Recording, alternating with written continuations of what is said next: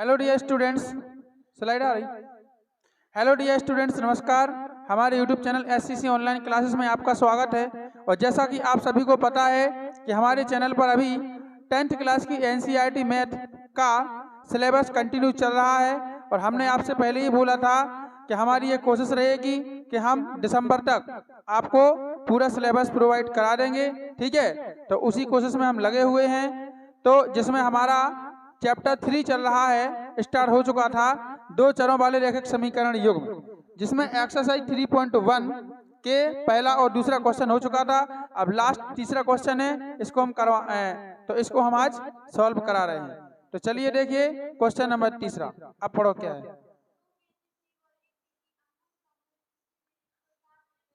का दो बेजी, अच्छा 2 किलोग्राम, 2 किलोग्राम क्या अंगूर, हाँ हाँ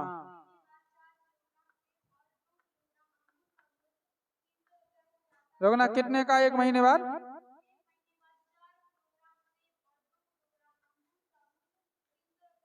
300, हाँ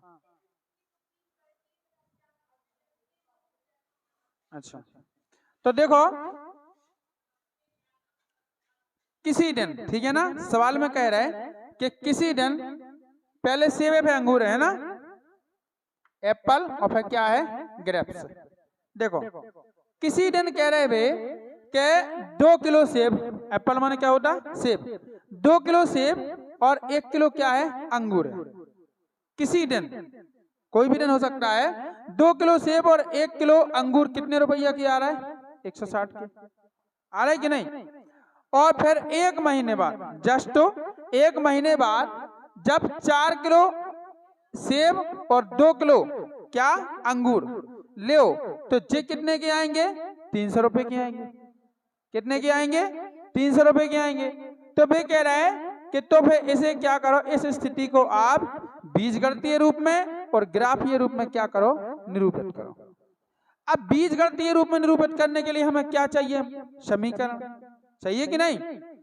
अब समीकरण चाहिए तो हमें क्या करना पड़ेगा, इनकी कीमत देगी। तो पहला हमें यह पता होना चाहिए कि 1 किलो अंगूर और 1 किलो सेब की कीमत कितनी है। ठीक है ना, हमें पहले ये पता होना चाहिए कि 1 किलो सेब और 1 किलो अंगूर की कीमत कितनी है, तब तो हम समीकरण बना पाएंगे। ठीक है ना, तो हमें पता नहीं है इसका, तो हम इसको x और y मान के चलेंगे। ठीक है ना, तो चलिए लिखिए, माना कि 1 किलो सेब की कीमत बराबर 100 रुपए, माना कि 1 किलोग्राम यानी 1 केजी, केजी लिख दो, केजी लिखा दो, 1 केजी सेब की कीमत बराबर 100 रुपए,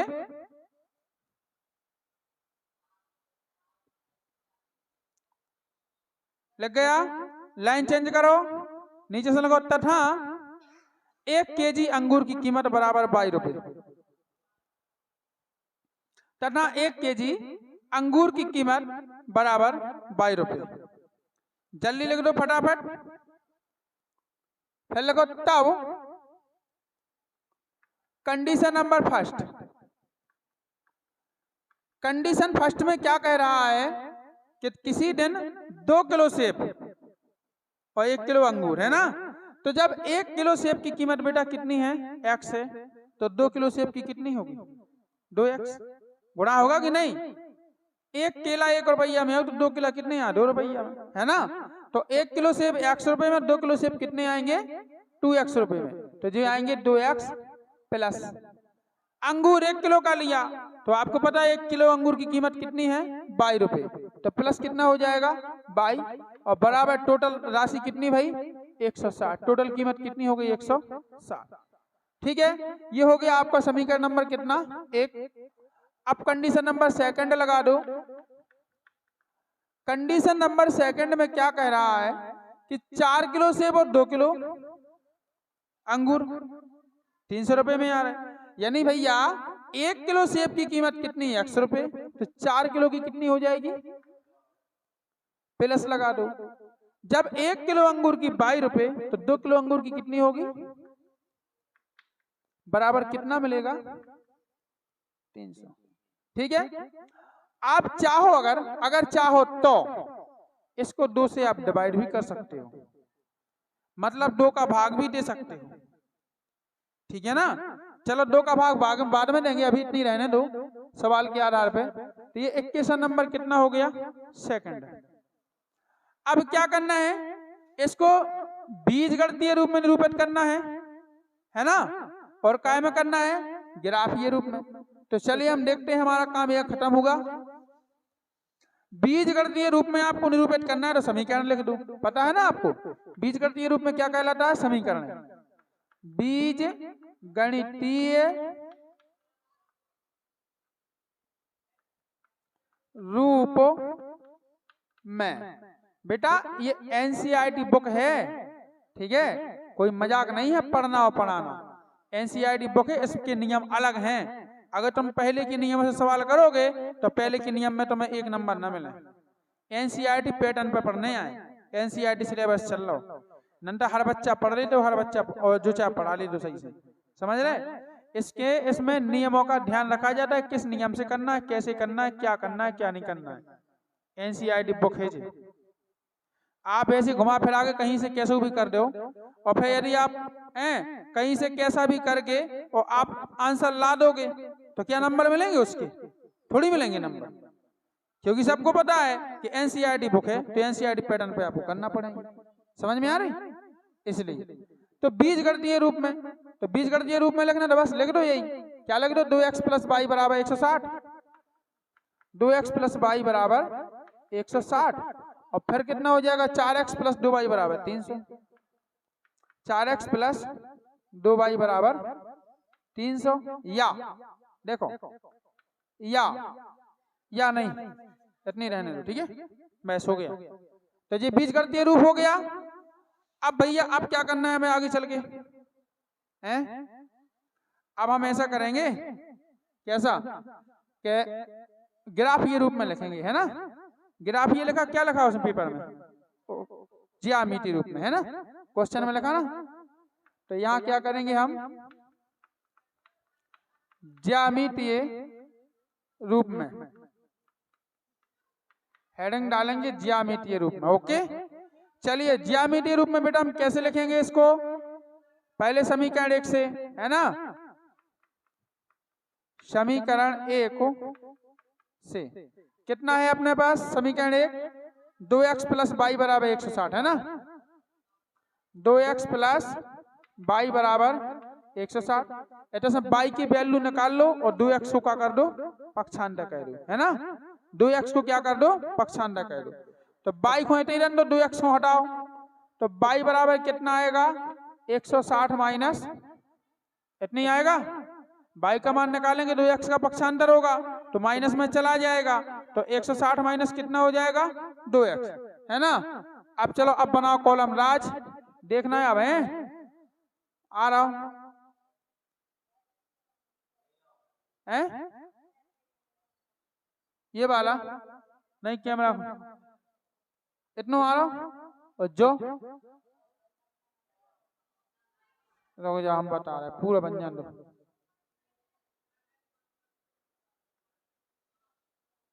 अब आगो, 1 1 2 3 आगे सभी कॉलम हैं, बस तो चाहिए बन को आ गई, ठीक है। इसमें क्या कर देंगे हम, x, और इसमें क्या करेंगे, y। अब हम क्या करेंगे, x का मान रखेंगे और y का मान हमें प्राप्त होगा, ठीक है। छोटे छोटे मान रखना है जिसमें छोटा ग्राफ बन जाए, है ना। तो चलो देखो, ये लिखा है अपने पास y = 160 माइनस 2x लिखा है, तो 50 60 70, है ना, 60 70 दूनी 140, 80 दूनी 160। पहले हम क्या कर रहे हैं, x का मान पहले 80 रख रहे हैं, कितना रख रहे हैं, 80। तो अगर हमने x का मान कितना रख दिया, 80 रख दिया, तो 80 दूनी कितने हो जाए 160, और 160 में से 160 गए सबका बचो, y का मान आपको 0 मिलेगा, बोलो हाँ। अब अगर x का मान हमने 70 रखा, कितना रखा 70, तो देखो 70 x के स्थान पर हो जाएगा, तो 70 दूनी कितना होगा 140, और 160 में से 140 चला गया, कितना बचा, तो आपको y का मान कितना मिलेगा 20 मिलेगा कि नहीं। अब मान लो हमने x के स्थान पे कितना 60 रखा, कितना रखा 60, तो 60 दूनी कितना होगा 120, और 160 में से 120 चले गए 40, बचेगा, निकल गए x के मान, कोई दिक्कत आई। अब इसी प्रकार समीकरण 2 से देखो हैं, चलो यहीं पे करें दे रहे हम, समीकरण कितने से करो 2 से, ध्यान रखना है, समीकरण 2 से लो। समीकरण 2 कितना है अपना, कितना है 4x प्लस 2y बराबर 300 है ना, तो लिखो 4x प्लस 2y और बराबर कितना आएगा 300। ये समीकरण उतार लिया, हमें तो करना है सरल हल के लिए, तो हम क्या करेंगे 2 से भाग दे देंगे, दोनों पक्षों में 2 से क्या करेंगे भाग। अब 2 से भाग दें तो देखो 2 दूनी 2x बचो, 2 एकम तो केवल y बचे, 150 दूनी 300, केवल 150 बचे, बचेगा कि नहीं। अब x निकाले आओ, वो y निकाले आओ, तो y को इतना ही छोड़ो और 2x को करो पक्षांतर करो, तो हम क्या करेंगे y बराबर कितना आएगा 150 और माइनस कितना आ जाएगा 2x, आएगा कि नहीं आएगा। चलिए देखिए फिर से कॉलम बनाओ, है ना, चलो इसको अलग करना है, इस कॉलम को,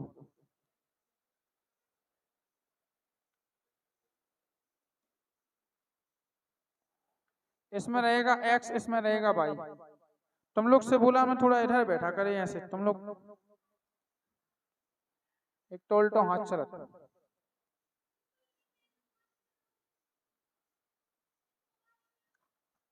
रखो अपने मन से मान,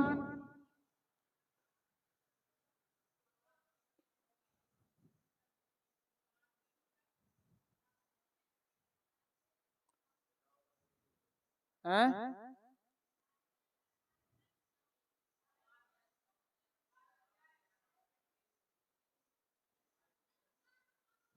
80, देखो जैसे मान लो, ठीक है, मान लो कि इसमें हम मान x का कितना रख रहे हैं 80 रख रहे, तो आपको पता है 80 दूनी 160, और 160 में से 150 जाएगा तो क्या बचेगा माइनस का 10 बचेगा, 80 रखने पर माइनस का 10 बचेगा।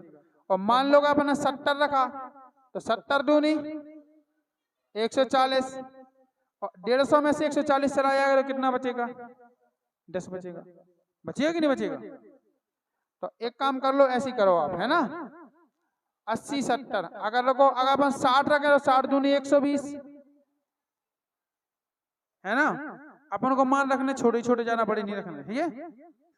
60 दूनी 120 से बचेगा 30, तो पहले अपन 60 रखो, कितने रखो 60, 60 दूनी 120, 150 में चलेगा से कितने बचे 30 बचे, फिर कितना रखेंगे 60 के बाद 50 रखें का, 50 दूनी कितना होगा 100, एक काम करो 50 दूनी 100, 150 बचना है, चलो 50 50 कर दो, है इसका 50 रखें तो इसका कितना बचेगा आपका 50, ठीक है।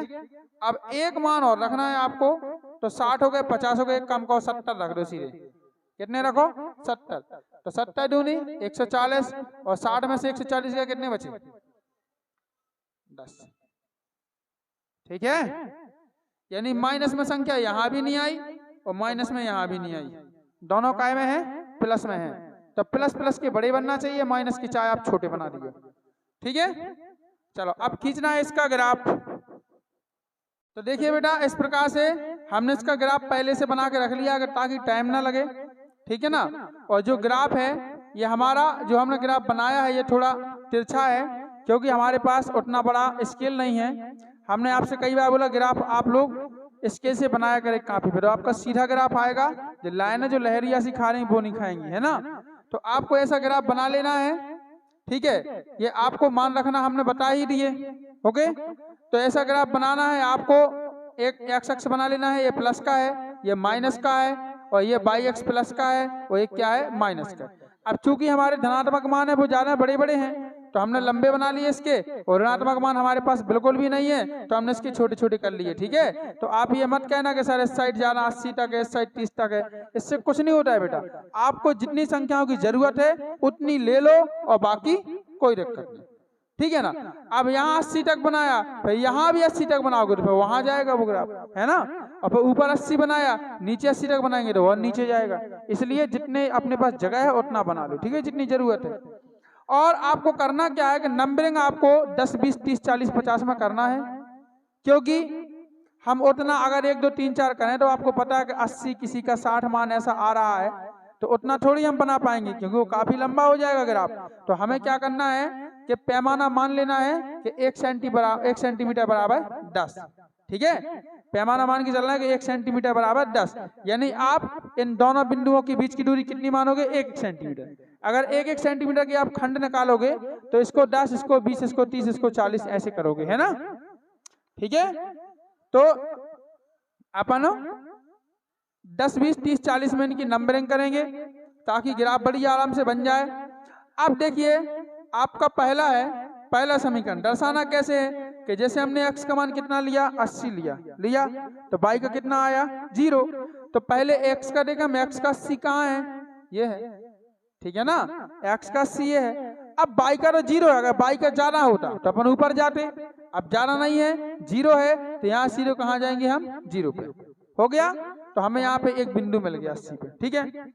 इसी प्रकार अब हम दूसरी बात करें तो दूसरे में x का मान हमने कितना लिया, 70, कितना लिया x का मान 70 लिया, तो हमारा y का कितना निकला फिर 10, 20, y का बोलते जाओ, y का कितना निकला 20। जब हमने x का 70 लिया तो y का 20 निकला, ठीक है। तो x का 70 कहाँ है, ये है, तो अपन ऊपर गए, है ना। y के 20 है तो कहाँ जाना है, y तक जाना, जैसे डॉट डॉट में अपन लाइनें मिला दी, फिर जहाँ पे ये दोनों मिल रहे दोनों रेखाएं वहां पे एक बिंदु फिर से रख दिया, तो ये हो गया आपके 70,20, ठीक है। इस प्रकार से दूसरा बिंदु मिल गया। अब तीसरा हमने मान x का मान कितना रखा, 60 रखा, तो हमें y का कितना मिला 40, तो x का 60 आपका ये है यहाँ पे, है ना 70। ये देखिए मिट गया ऐसा, ठीक, ये बेटा ये मिट गया था, है ना, लो ये दिख रहा है। तो x का हमने कितना ले लिया 60 ले लिया, 70, 60, ये तिरछा तो जा रहा हो, लेकिन थोड़ा तिरछा होगा, एक बिंदु जी यहीं पे आ गया ना, ई वजह से, कोई बात नहीं। तो देखो हमने इसका कितना ले लिया, यहाँ से यहाँ तक 60 ले लिया, ठीक है। तो x का 60 लिया तो y का कितना आया बेटा 40, तो हमने 40 पे इसको मिला दिया और यहाँ पे भी हमें एक बिंदु प्राप्त हो गया। तो इस प्रकार से हमें पहले समीकरण के कितने बिंदु प्राप्त हुए, 3। हमने क्या किया, तीनों बिंदुओं को एक सरल रेखा द्वारा मिला दिया, ठीक है ना। और मिलाने के बाद उसको समीकरण है वो हमने क्या लिख दिया, इसका समीकरण लिख दिया, ठीक है। जब बेटा आप स्केल की सहायता से बनाओगे तो गारंटी से जो आपकी रेखा है बिल्कुल सीधी आएगी। कैसी आएगी, बिल्कुल सीधी, इसलिए आप लोग इसके से बनाना। अब चलिए देखते हैं समीकरण नंबर 2। समीकरण 2 के लिए देखिए हमने x का मान कितना लिया, पहले x का मान 60 लिया, 70, कहां से किया था स्टार्ट हमने, इधर से करो तो, अच्छा ठीक है। x का मान हमने 60 लिया, तो y का कितना मिला हमें 30 मिला, यानी x से ऊपर गए, 60 से ऊपर गए, और y के सामने जहाँ 30 है वहां पर गए, वो हमने इसको मिला दिया, ठीक है। तो एक बिंदु हमें ये मिल गया। फिर दूसरा बिंदु y का मान कितना लिया हमने 50, x का मान, तो y का भी कितना मिला हमें 50, तो यहाँ से 50 से ऊपर गए और 50 पे हमने एंड कर दिया, एक बिंदु जे मिल गया। और अगला हमने फिर क्या लिया 70, और 70 लिया तो कितना मिला, x का 70 लिया तो y का हमें 20 मिला, वो 10 मिला, सॉरी 10 मिला, तो इस पे हमने एक बिंदु रख दिया, ठीक है ना। और तीनों बिंदुओं को मिलाती हुई एक रेखा हमने फिर से खींच दी, ठीक है, तीनों बिंदुओं को मिलाती हुई एक रेखा हमने फिर से खींच दी। तो इसके जो बिंदु हैं, ये बिंदु आप लिख लेना, ठीक है, यहाँ जगह नहीं बच रही, आप लिख सकते हो कि हम ही लिख दें, लिख लो। इसका है 70,10, इधर लिखे दे रहे लो 70,10, ये इस बिंदु का है, इस बिंदु का कितना है 60,30, 20, 30, 60,30, तो इसका लिख दो इधर 60,30। अब 50,50 इसको कहाँ लिख रहे हैं, यहाँ लिखे रहे हैं ना, 50,50, ये इसका बिंदु हो गया। अब इस रेखा का आपको समीकरण लिखना है, तो इस रेखा का समीकरण कितना था, नहीं उसके नीचे वाला 2x प्लस y बराबर 150, तो जी हम यहाँ लिखने रहे हैं 2x प्लस y बराबर 150, इसी का बनाया हमने ग्राफ डिवाइड करके, तो ये इसका समीकरण हो गया, क्लियर। तो इस प्रकार से अब देखो, जब आप इसके लिए सहायता से बनाओगे तो ये तो दोनों रेखाएं वो कैसी आएंगी, एक दूसरे की समांतर आएंगी, तिरछी नहीं होंगी। अभी तो आपको ऐसा लग रहा है कि आगे बढ़ने से को काट दें, ठीक है, लेकिन किसी को नहीं काटेंगी, एक दूसरे की आएंगी, समांतर आएंगी। आप इसकी सहायता से बना के देखना, वो तो हम तो आपको एक डेमो टाइप में बता रहे हैं, आप डेमो टाइप का दिखा रहे हैं, ठीक है, कि ताकि आपको समझ में आ जाए कि हमें ग्राफ कैसा बनाना है, ओके।